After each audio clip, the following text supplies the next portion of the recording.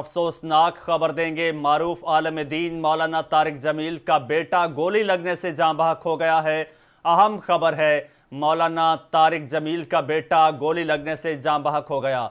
आसिम जमील के सीने पर गोली लगी और तशवीशनाक हालत में तलुम्बा रूरल हेल्थ सेंटर पहुंचाया गया। अस्पताल में आसिम जमील दम तोड़ गया। मौत की वजह सामने ना आ सकी। पुलिस की तफ्तीश जारी है और तलुम्बा में मेरे बेटे आसिम जमील का इंतकाल हो गया है। मौलाना तारिक जमील ने ट्वीट करके तस्दीक कर दी। हादसाती मौत ने माहौल को सोगवार बना दिया। दुआओं में याद रखें, मौलाना तारिक जमील ने ट्वीट में कहा। आईजी पंजाब डॉक्टर उस्मान अनवर ने नोटिस ले लिया और आरपीओ मुल्तान से रिपोर्ट तलब कर ली। शवाहिद और फॉरेंसिक रिपोर्ट की रोशनी में मौत की वजूहात का तयन किया जाए। आईजी पंजाब की हिदायत। डीपीओ खानेवाल, सीनियर पुलिस अफसरान मौके पर मौजूद। शवाहिद इकट्ठे